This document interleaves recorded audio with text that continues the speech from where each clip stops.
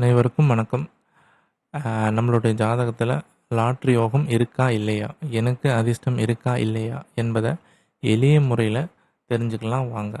முதல்ல விபரீத ராஜயோகம் இருந்தால் தான் லாட்ரி விழும் அப்படின்ற ஒரு கான்செப்ட் ஜோதிட விதியிலே இருக்குது. அப்படி அந்த ஜோதிட விதி என்ன அப்படின்றத தெளிவாக பார்ப்போம் வாங்க.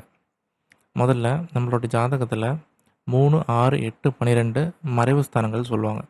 இந்த மறைவு ஸ்தானங்கள் அதிபதி மற்றொரு மறைவு ஸ்தானத்தில் மறையும் பொழுது அதை விபரீத ராஜயோகம் சொல்லி சொல்கிறாங்க. ஸோ இந்த மாதிரி அமைப்பு இருக்கும் பொழுது அதனுடைய தசாபுத்தி காலங்கள்லேயோ அல்லது அதனுடைய கோச்சார காலங்கள்லேயோ ஏற்றாற்போல் நமக்கு அதிர்ஷ்டமானது நடக்கும்.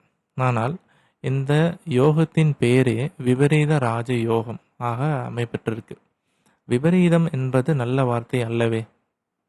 விபரீதம் என்பது கண்டிப்பாக நல்ல வார்த்தை கிடையாது.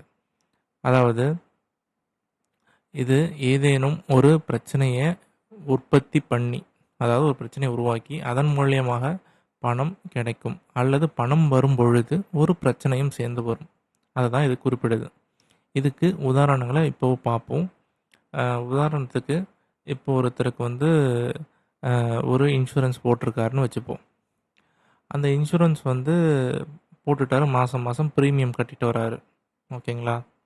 இந்த தவணையை கட்டிட்டு வர்றப்ப ஒரு 800 கட்டுறாருன்னு வச்சுக்கோங்க மாதம், அல்லது வருடத்துக்கு ஒரு 5000 ரூபாய் கட்டுறாருன்னு வச்சுப்போம். இப்போ இவரோட இன்சூரன்ஸ் ஒரு பிரச்சனை வருது, இவருக்கு ஏதோ ஒரு சர்ஜரி அப்படின்னு தேவைப்படுற காலகட்டத்தில் அந்த பணம் இவருக்கு கிடைக்கும். ஒரு 10 லட்சமோ 8 லட்சமோ கிடைக்குதுன்னு வச்சுப்போம்.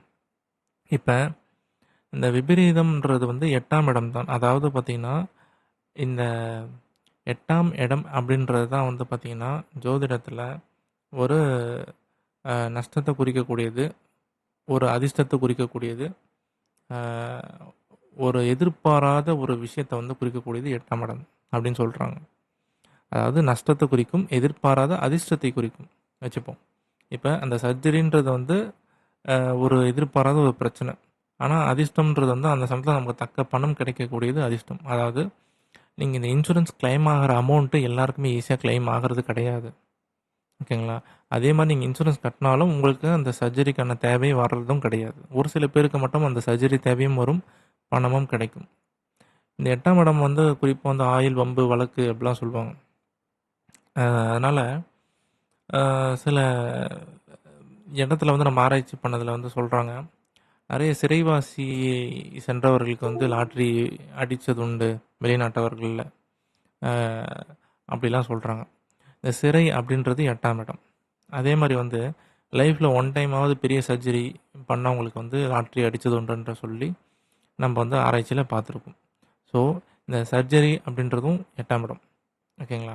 ஸோ இந்த மாதிரி ஒரு சில விஷயங்கள் நெகட்டிவாக நடக்கும், அந்த நெகட்டிவ் கூட ஒரு சில பாசிட்டிவ் சேர்ந்து நடக்கும். இதை தான் விபரீத ராஜயோகம்னு சொல்லி சொல்கிறாங்க.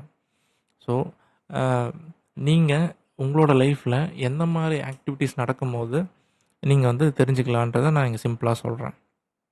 உதாரணத்துக்கு நான் தெருக்களில் நடந்து போவேன். எனக்கு சும்மாவே கீழே ஏதாவது பணம் கிடைக்கும், ஏதாவது பொருள் கிடைக்கும், அல்லது எனக்கு தங்கமோ மோதிரமோ அந்த மாதிரி அது கிடச்சிருக்கு, முன்னே என் வாழ்க்கையில் நடந்திருக்கு அப்படின்னா கண்டிப்பாக விபரீத யோகங்கள் உங்களுக்கு உண்டு. இது நோட் பண்ணிக்கோங்க. அதே மாதிரி பார்த்திங்கன்னா உங்களுக்கு லைஃப்பில் ஒரு கண்டத்தை நீங்கள் கடந்திருக்கணும். அதாவது இன்றைக்கி நான் இருந்திருக்க மாட்டேன், அந்த இன்சிடெண்ட்டில் நான் எப்படி உயிர் தப்பிச்சேனே தெரியல. அதாவது லக்கில் நீங்கள் எஸ்கேப் ஆகிருக்கணும். ஸோ அந்த இடத்துல உங்கள் 8ஆம் இடம் சுபத்துவமாகி உங்களை காப்பாற்றப்பட்டிருக்கும் அந்த இடம். ஸோ இந்த மாதிரி இன்சிடெண்ட் நடக்கிறப்ப உங்களுக்கு 8ஆம் இடம் பாசிட்டிவாக வேலை செய்யும்போது அது அதிர்ஷ்டமாக மாறும். அதோட நேர்மறையான அதற்கு நேர்மறையான வேலையை செய்யும்போது நெகட்டிவாக வேலை செய்யும். ஸோ 8ஆம் இடம் ஆப்போசிட்டாக வேலை செய்யணும்னா அது விபரீத ராஜயோகமாக மாறணும். ஓகேங்களா?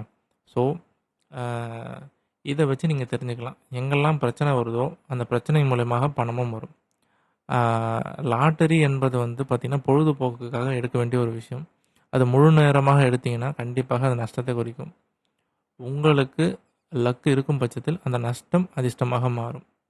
அதனால் உங்களோட 8ஆம் இடம், 8ஆம் அதிபதி தசையோ 8ஆம் அதிபதி புத்தியோ அது 8ஆம் அதிபதியை குரு பார்த்தாலோ, குரு சேர்ந்தாலோ, சுக்கிரன் சுபத்துவங்கள் சுபகிரகங்கள் சேரும் பட்சத்தில் அந்த கோச்சார காலகட்டத்தில நீங்க வந்து லாட்டரி சீட்டை எடுக்கும் பொழுது, கண்டிப்பாக உங்களுக்கு லாட்டரியில் பணம் விழும். இது வந்து உண்ம. நமக்கு வந்து பெருந்தொகை வெல்லாத வென் அதாவது பெருந்தொகை வந்து வென்றவங்க இல்லாட்டாலும், சிறு தொகை வென்றவங்கள கண்டிப்பா நான் ஜோதிட ரீதியா ஆராய்ச்சி பண்ணி பார்த்ததுல, கண்டிப்பா அவங்க லைஃப்ல இந்த மாரியான ட்ராஜடி வந்திருக்கு. ஓகேங்களா? ஸோ இதெல்லாம் கடந்ததுக்கப்புறம் உங்களுக்கு லாட்டரி வந்து விழுந்திருக்கு. ஹெல்த் இஷ்யூ வந்திருக்கு. இல்ல கோர்ட்டு கேஸ்ன்னு இந்த 8ஆம் இடம் ஆயுள் வம்பு வழக்குன்னு சொல்லி சந்திச்சிருக்காங்க. ஸோ இந்த மாரிலாம் வந்ததுக்கு அப்புறம் தான் இது வந்து வேலை செய்யுது. இந்த எல்லாரும் சொல்றாங்க விபரீத ராஜயோகம் ஆஹா ஓஹோ அப்படின்னு. இதுக்கு பேருக்கு முன்னாடி விபரீதம்னு ஒண்ணு இருக்கு. நல்லா புரிஞ்சுக்கோங்க. விபரீதம்ன்றது நல்ல வார்த்தை அல்ல. ஓகேங்களா? விபரீதம்ன்றது ஒரு பிரச்சனைய தான் குறிக்குது. அதனால லாட்டரின்றது பொழுதுபோக்குக்காக எடுங்க. உங்களுக்கு கஷ்ட காலம் வரும்போது எடுக்கலாம். கண்டிப்பா எடுக்கலாம். கண்டிப்பாக அத உதவி பண்ணலாம். ஆ ட்ரை பண்ணுங்க. பட் அதையே அடிக்ஷனாக வச்சுக்க வேண்டாம். நன்றி. மறக்காம சேனல வந்து சப்ஸ்கிரைப் பண்ணுங்க. ஃபாலோ பண்ணுங்க. இது மாரி இன்ட்ரஸ்டிங்கான விஷயங்கள வந்து நான் கண்டிப்பா ஷேர் பண்ணணும். நன்றி.